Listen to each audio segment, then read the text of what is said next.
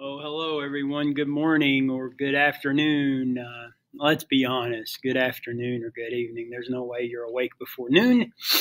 Good to see you guys. We're getting ready to rock and roll into the fourth lesson, which is long and a big deal. Um, and we're going to talk about two big things, which is the national budget and also gerrymandering, appropriate apportionment, and redistricting. So before we get started, I want to remind you guys about the ACT workshops every Friday. From on Fridays from 11 a.m. to noon, and again at 1 p.m. until 2 p.m. If you're watching this on Thursday, make sure you're there. The code, I have the code for that Google Meet code. It's on the board. It is MOHTXJM. So if this came back from a search. I didn't talk to Google.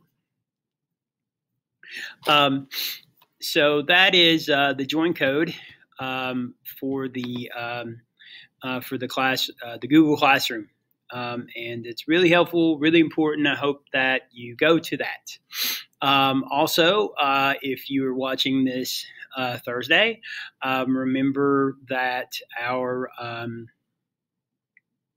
AP Q&A session is tonight from 6 to 7. So that's really important. It's not mandatory, but I am taking attendance for my records and also your parents' records. So they get mad at you and not at me. So let's see if I can make this work. It looks like it's working. I don't know if it's got me. I don't know if I'm on the screen or not. Maybe not. Let's do it this way. Let's see if I can move myself. Yeah, there we go. And let me see if I can shut up some of this stuff. Oh yeah, no, that's the ticket. Okay, so let's talk budget.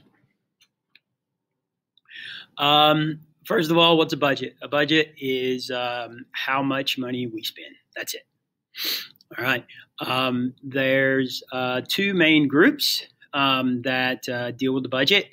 As you probably know, there is the legislative side of the budget, and then there's the executive side of the budget. And technically, the budget is a law. That we're going to spend this much money. So let's start with the executive side of the budget. The simple description of the federal budget is that the president writes the budget and then Congress approves it. But the truth is the president doesn't write the budget. He has or she has a big bunch of economists and politicians who come up with the budget, and the president's like, okay, that's a good budget. It's kind of like when you have someone do your homework for you. They do the homework, and you're like, okay, that's cool. I'll turn it in. And the nerds that are doing the president's homework for them is the OMB. You got to know the OMB. It's the Office of Management and Budget. Basically the president's accountant, and just like I said, does the homework for the president. You may see a question about fiscal year. It is not physical year, it's fiscal year. And fiscal just means money, having to do with money. So the fiscal year starts on October 1st and ends on September 30th. And so the budget is usually ready by October. Now, you see here, it's proposed in February, and because it's a political process, it takes until October, usually.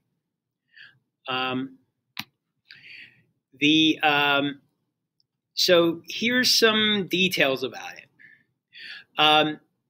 The first thing is if Congress is going to change the budget, it's called reconciling the budget. They have to have a majority of both houses. Okay, and that's a simple majority, right?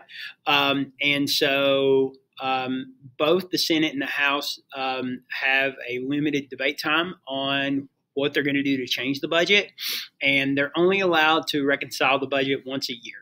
And so they have to use that strategically. The Senate Finance Committee is really big about when it comes to how they're going to spend. Okay, and remember that the word for the government spending money is appropriation. We're going to appropriate this money to these different places. And so remember that the OMB are the nerds doing the homework for the president, and the president proposes the budget. Ooh, Superman, you're crooked. There you go. Congress has some nerds doing their homework too. And this is the Congressional Budget Office, the CBO. And that they're nonpartisan, which means they're not, it's not a majority of whoever's in control of the Senate or the House. And their job is to analyze the budget and make sure that it is a fair and good budget. And here's this word again, oversight. Remember, oversight means to oversee, to keep an eye on. It's like they babysit, right? And so they keep tabs on the OMB to make sure that they're doing something that Congress is going to agree with. So revenue. Revenue is how money comes into the government. Okay, and for the most part, it's taxes. The only other thing that's not taxes, and I don't think it's here. Well, I guess tariffs are also taxes if you think about it, import taxes. So let's start with individual income tax. Okay, so everybody usually knows about income tax. It's a tax on how much money I make. And should I, a teacher, have to give part of my paycheck to the local, state, and federal government? Well, that's the controversy. Should the government make money in different ways? And so the tax rates vary depending on how much money you make. But the truth is, people who are wealthy find ways around it. And so you'll hear of millionaires paying nothing in income taxes because they found all these loopholes. And so that pushes for a lot of people to say we need a more simplified tax system, and rich people should pay more.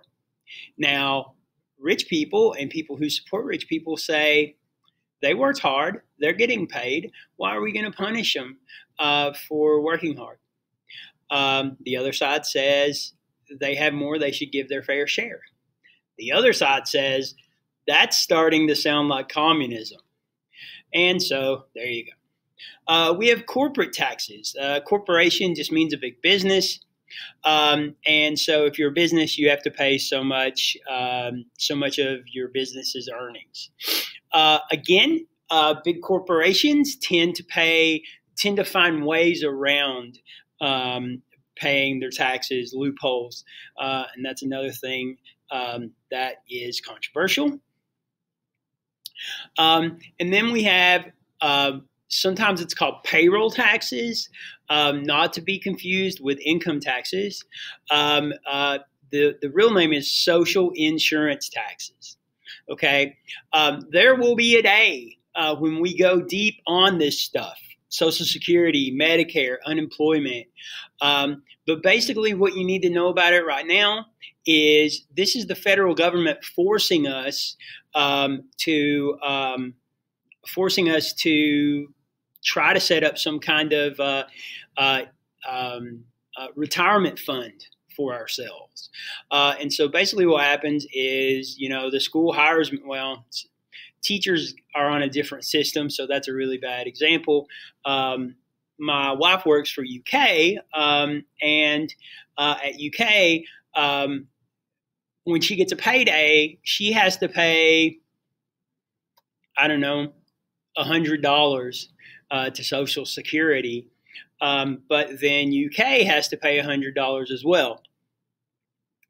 That goes to the government, and the government keeps an eye on it.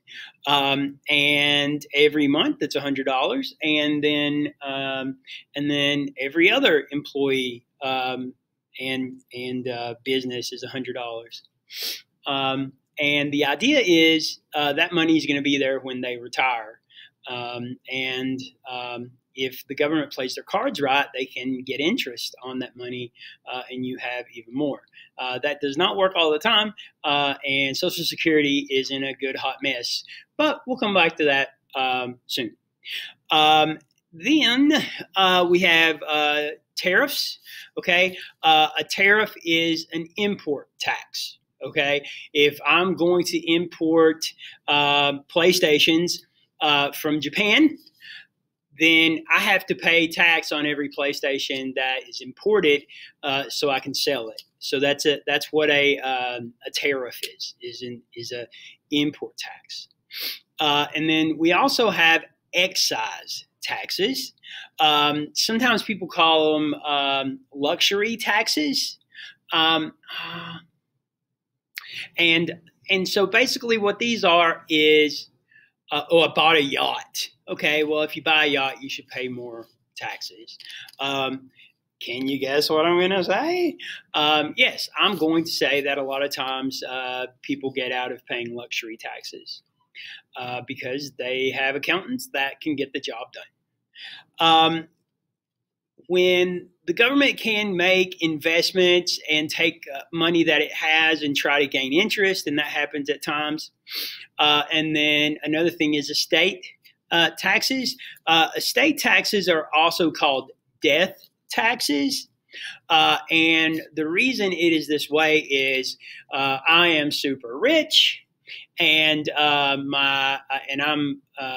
about to die, and I write up my will, and I leave all of my money to my daughter. Okay, well, now my daughter has gotten $4 million. Okay, the government's going to step in and say, hey, this is a large transaction of money. We would like a cut. Okay, and of course, if you're not a millionaire or not somebody who millionaire support, you're going to say, heck yeah, take a slice and then let's give it to homeless kids or, I don't know, schools. So there is the alarm for lunch. So I'm going to go pick up fourth period, and I will be back soon. God bless. Okay, so fourth period is back from lunch, and we will continue talking about the budget. So next up, let's talk about a thing that's on every Gopo exam that's ever existed, and that is the two types of government spending. The first is mandatory. Hopefully you know that mandatory means you have to do it. It's required. And the word that mandatory comes from is the word mandate, which is not just two bros going out to get some pizza, but instead it means you have to do it. So mandatory. The other kind is discretionary. And discretionary spending is not mandatory. It's spending at the government's discretion. So if I leave something up to my discretion, it's my call, right? If I say, okay, students, what we do on Thursday is up to your discretion, then you would all probably say, oh, we get to sleep. My mask is crooked. There we go. I kind of look like a ninja, don't you think? So mandatory, you got to. Discretionary, you don't got to. So mandatory, what's that other word for mandatory? Entitlement. Okay, entitlement spending. Okay, so if we think of somebody who's entitled, we're like, oh, they think they deserve it, right? They think they're entitled to something, and we can kind of use that for what? Come on, mask. Everything's backwards in my thing too, so that makes it worse. Cool. Yeah. Is it crooked still? Half of this lecture is me adjusting my mask. Is it straight? Thank you. All right, fourth period is weighed in. The mask is straight. So you think of entitlement, you think, oh, they deserve it. And that's exactly what entitlement means here, is like these people deserve this money. They are entitled to it because of their situation. So, for example, Social Security is people paid into Social Security for so long, so therefore they deserve to get their money back. Medicare, Medicaid, these are also government programs that are set up for people who can't feed themselves, who can't take care of their medical spending. And they're entitled to that because they qualify for it, you know. We'll talk a ton about Medicare and Medicaid and Social Security as we get further into the game. But Medicare is basically health care for people who are over 65, and Medicaid is health care for people who are under 65 but are disabled. And then government unemployment is you lost your job and the government's going to help you out until you find a job. Now, why are people entitled to all this stuff? Well, one is they can't help themselves in this situation. They don't have that opportunity. But the second thing, still adjusting the mask. The second reason is they pay their friggin' taxes, right? And I pay my taxes, so I help my fellow man. But also, if I need help, I should get some of it. When it comes to mandatory spending, that makes up about 2/3 of the budget, 60%.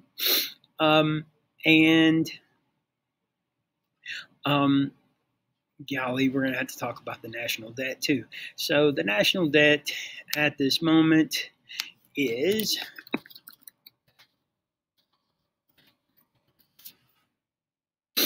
dun, dun, dun, dun. Are you excited? I know I am. The national debt. Anybody want to guess what the national debt is? Huh? You said 1 trillion, you say? 4 trillion more. It's more than 4 trillion. Less than 40 trillion. 35, a little bit less. 34 less. 33 less. 31, 32 less. Less. More. Less. 27. $27 trillion. Let me start again.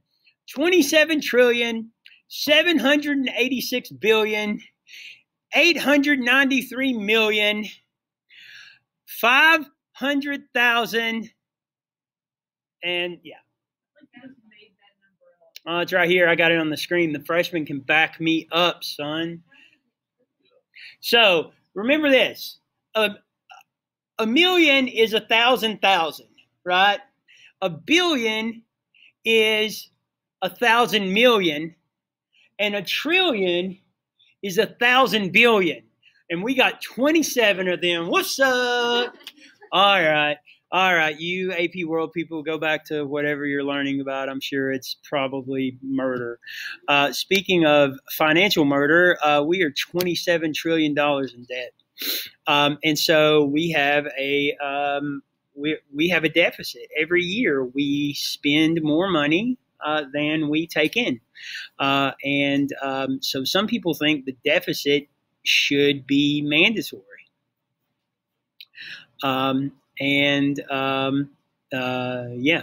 So right now we're at about $1 trillion for this year, 27 trillion altogether.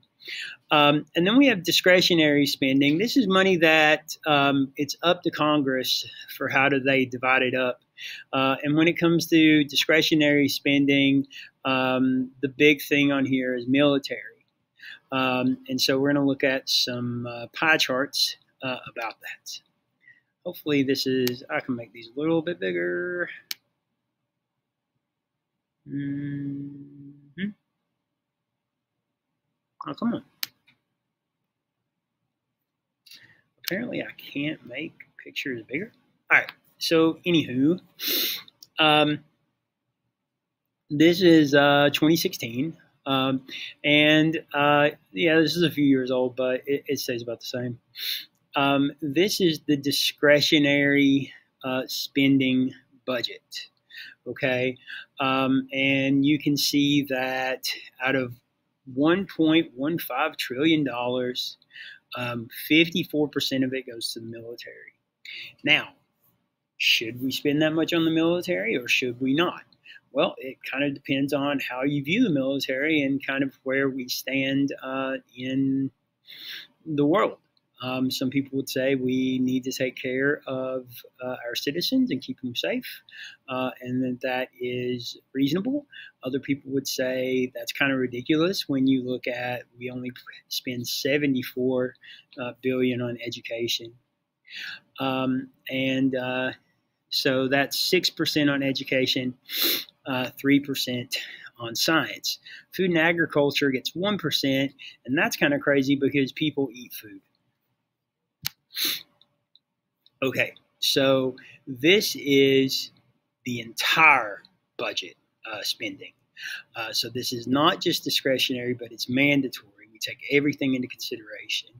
And here you can see that we spend most of our budget on healthcare. So that's going to be Medicare and Medicaid, and also programs that help poor people with healthcare and Social Security.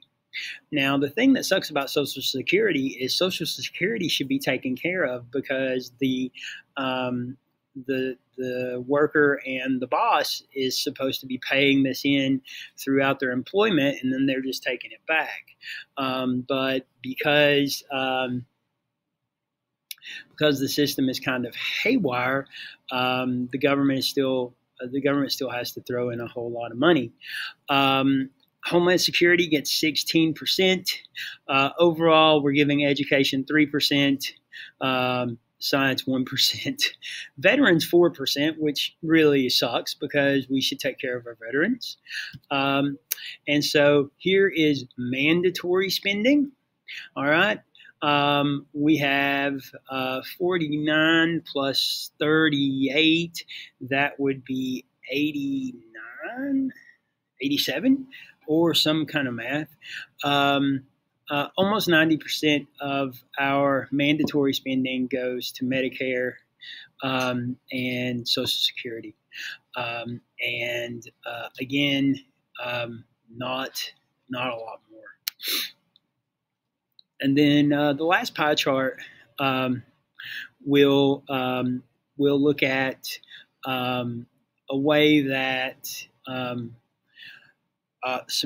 some people are using data and lying about data or not being completely honest about it, and using that to prove a point that probably they could prove by being honest. And so here we go, and this is an anti-Republican thing. This is not me, Mr. Brock, is anti-Republican. Okay, I am fair to both sides. But so what they're hang on, interruption.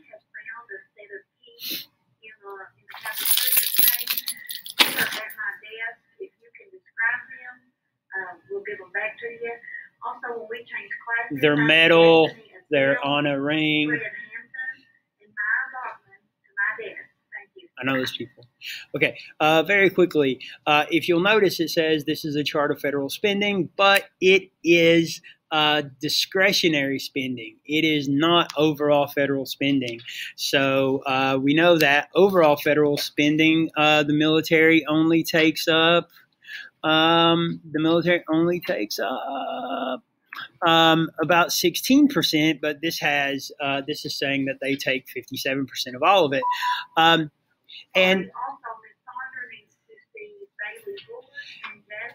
it is true that food stamps only makes up a part of the orange sliver, but here we see people using data to make you feel bad. So with that said, we'll take a pause, and I will come back to you very soon.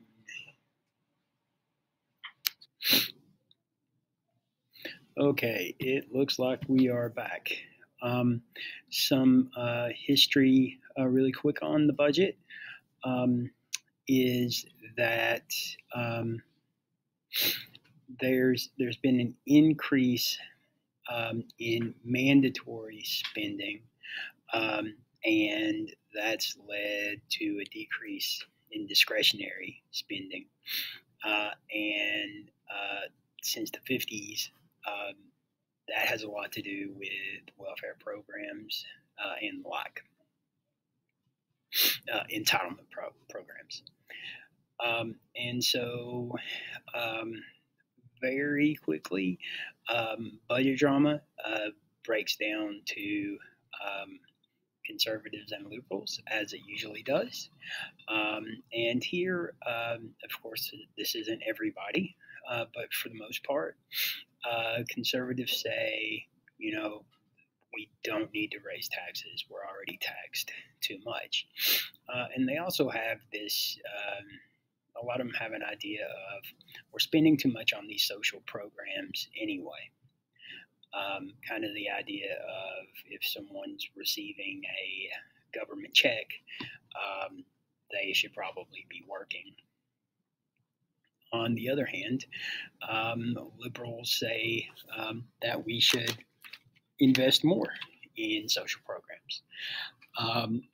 Food stamps, welfare, Head Start, Medicare, Medicaid, and liberals say the way we should do that is to raise taxes. The disconnect here is raise taxes on whom? For conservatives across the board, they do not like the idea of raising taxes. But with liberals, it really has a slant of let's raise taxes on the rich, let's raise taxes on corporations. Okay. And then we're going to move on to talk about some reasons Congress does what they do. Definitely know this word partisanship. Partisanship is party based. So it is, I'm going to do what my party says, and my party's ideology says more than most everything else. And we can see that right now with the way our Senate and our House vote. It's often all the Republicans vote this way and all the Democrats vote that way. Sometimes a Democrat will go over here and sometimes a Republican will go over there, but it doesn't happen too often. And then another AP word that you must know is gridlock. So gridlock means everything locks up, it shuts down. And gridlock often happens because both sides won't budge. We are not a compromising type of government. And because about half of our country is liberal and the other half of the country is conservative, a lot doesn't get done. Checking the time. Looks like we have about 1 minute before we move on to the next class. So I'll pause the video and be back very soon.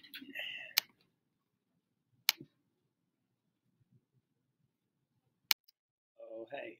So let's wrap this up. Sorry for all the interruptions and different videos, but that's life, right? Last thing we talked about was gridlock. Think of gridlock like a traffic jam where nobody can get through. And that's a big deal for Congress. You'll hear that word a lot in Gopo.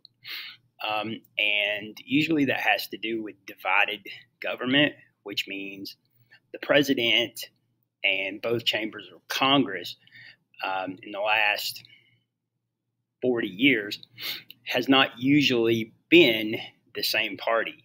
So, Barack Obama, I think for 2 years, he had a Senate and a House that was Democratic. Trump never did have two Senate and the House Republican. And today, in a week, on Inauguration Day, President Biden is going to have unified government, which, as you can probably guess, is going to alleviate some of this gridlock. We'll go deeper later, I promise. And we're running kind of short on time, so I'm going to hit some highlights here as far as these influences and then gerrymandering, but I really want to highlight the videos that are going to be embedded in this lecture because they explain it probably better than me. Okay, so the next thing we'll talk about is polarization. Today, the divide between liberals and conservatives is gigantic. It really is bigger than ever. And we have a lot of party line voting, meaning I'm a Democrat, I vote for all Democrats no matter what. I'm a Republican, I vote for all Republicans no matter what. And that has a big influence on electing Congress people and also what Congress can get done once they are elected.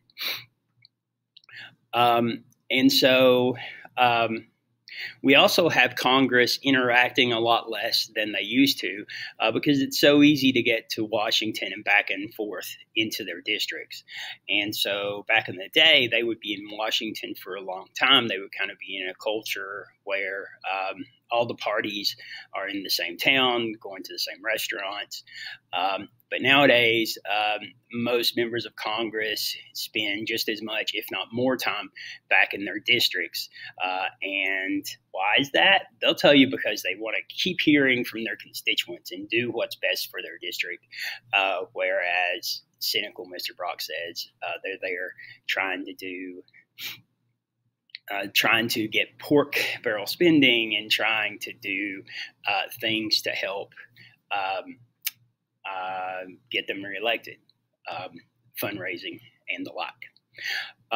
And so because they're more in their home districts than in DC, there's going to be a whole lot less interaction, and therefore the parties are going to split further away. As far as so to be partisan means to be like all about your party and no compromise. And then polarization is like a magnet, right? Like you have two poles. And when we talk about party polarization, it's that the two parties are getting further and further apart. They're getting further and further polarized. Cool. Okay. Now we're going to go very quickly into redistricting. Every 10 years we have a census. Okay. And you know, this is only going to have to deal with the House. We have a census every 10 years, and because of the way the Constitution is written, we have to have representatives allocated to each state based on population. So if a ton of people move from Kentucky to Tennessee, and the new census comes out, and there's more people in Tennessee and less people in Kentucky, we lose a House member and Tennessee gains one. And then on top of that, inside the state, we have to divide up the districts. So each district roughly has the same amount of people in it, so they can be represented. They can be represented equally within their states. Okay, so that's what we call reallocation or reapportionment. Okay, reapportionment, which is we're giving portions out to the state, and so because the majority party, and this should say in the state legislature, because they get to draw the districts, they can set up districts that benefit their party. And so we would, before 1962, and this is a court case you got to know, Baker versus Carr. Before that, the state legislature could theoretically draw a district that has one person in it, and make sure that their representative gets that one person, or make sure their representative gets a huge majority of the states. And so it can be shady. Okay. And so out of redistricting comes this word gerrymandering. And gerrymandering is what I call shady redistricting. And so because politicians control the process of redistricting, they're going to do things that benefit them. And so when it comes to gerrymandering, it's drawing those really weird districts, and it's so it benefits their party. And we'll go further into this now. So it's named after this guy named Elbridge Gerry, and I'll show you the district that your boy drew. If I can get it pulled up here. That's the wrong button. Mm-hmm.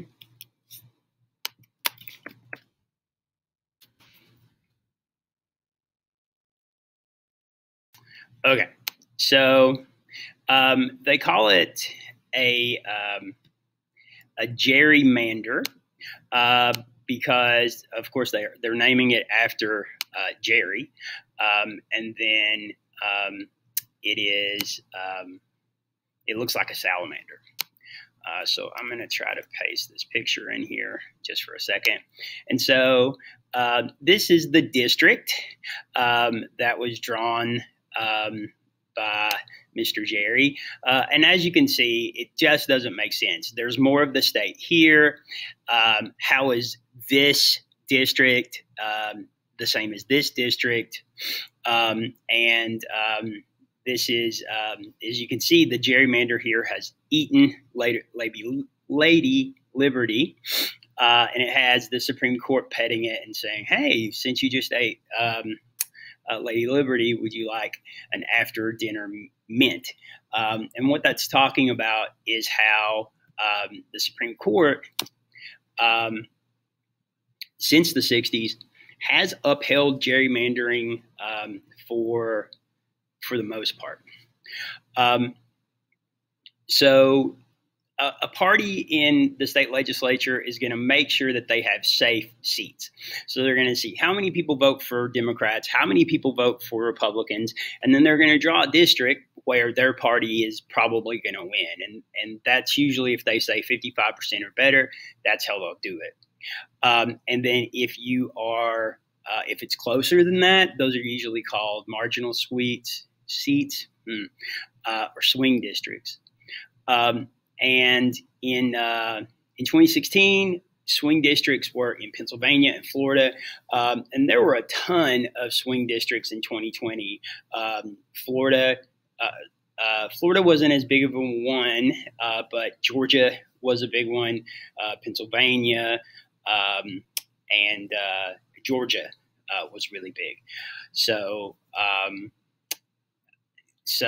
and then when we look at the House, most of the seats are safe seats. So representatives don't really have to worry about it. Okay, very quickly, this is something you'll probably see on a Gopo exam, and it explains gerrymandering. Okay, so we have 50 people, 60% blue, 40% red. Okay, and we're going to divide them up into 5 districts. Okay, the first one is perfect representation. Obviously, if we are doing this fair, then there should be districts of 10 people, and red should get 40%, and blue should get 60%. And so here is perfect representation. Now we're going to make a situation, and blue is going to win there. Now we're going to make a situation where the districts are more compact, but it doesn't end up with blue winning with 60%. So what they've done here is they've drawn the 5 districts like they have to. All districts have 10 members, but the way it's drawn is blue wins every district. Now, if you're blue, that's the way you want to draw your district, right? Now, let's look at how red could draw these districts. Okay, if you look, they're following all the rules. It's super funky, but they have made it so they give blue this district and this district. But you can see here, they have 5 to 4. Sorry, 6 to 4, 6 to 4 here, and 6 to 4 here. And so in this situation, a party that only has 40% of the vote wins. And a lot of people are very angry about that. Now, who has been winning in the past 20 years? It's Republicans, okay? And, of course, the Democrats will say, oh, these Republicans, they're so shady. How are they doing this? But the truth is Democrats do it too, and they just don't have as much power in state legislatures as Republicans do. And every chance they get to draw these districts in a way that benefits their party, they do as well. It's kind of like what's good for the goose is good for the gander. So we got to talk about racial gerrymandering, okay? And in this case, Shaw versus Reno, okay? So if districts are drawn to dilute the votes of a minority, and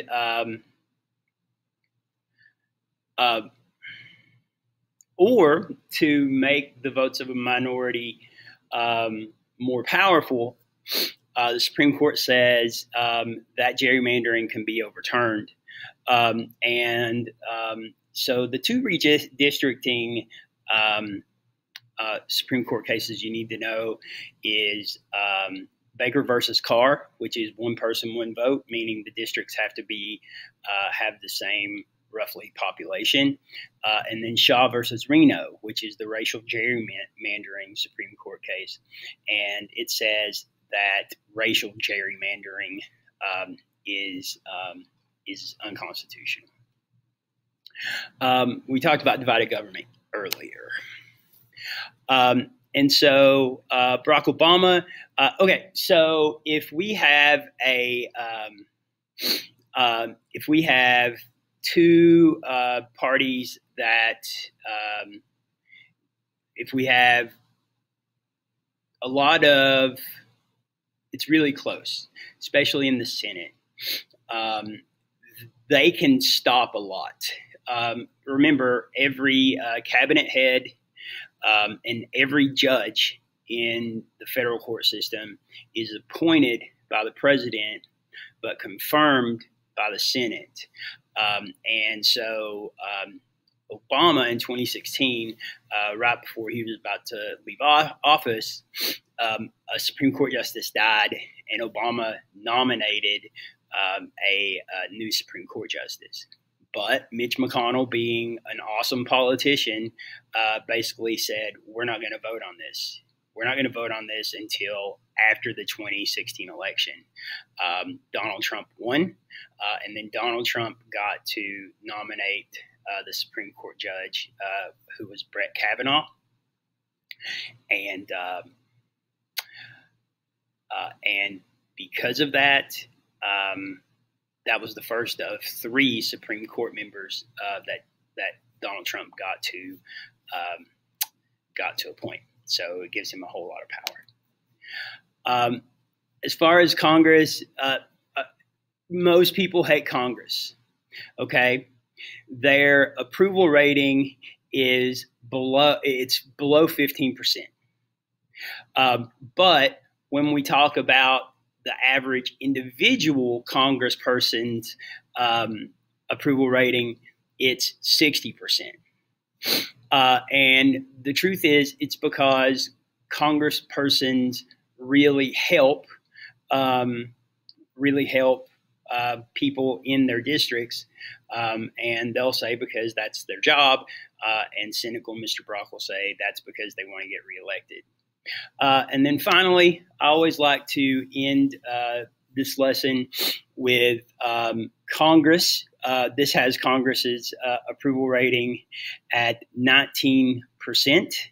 And you can see they have a lower approval rating compared to the alternative of which do you like better, Congress or head lice.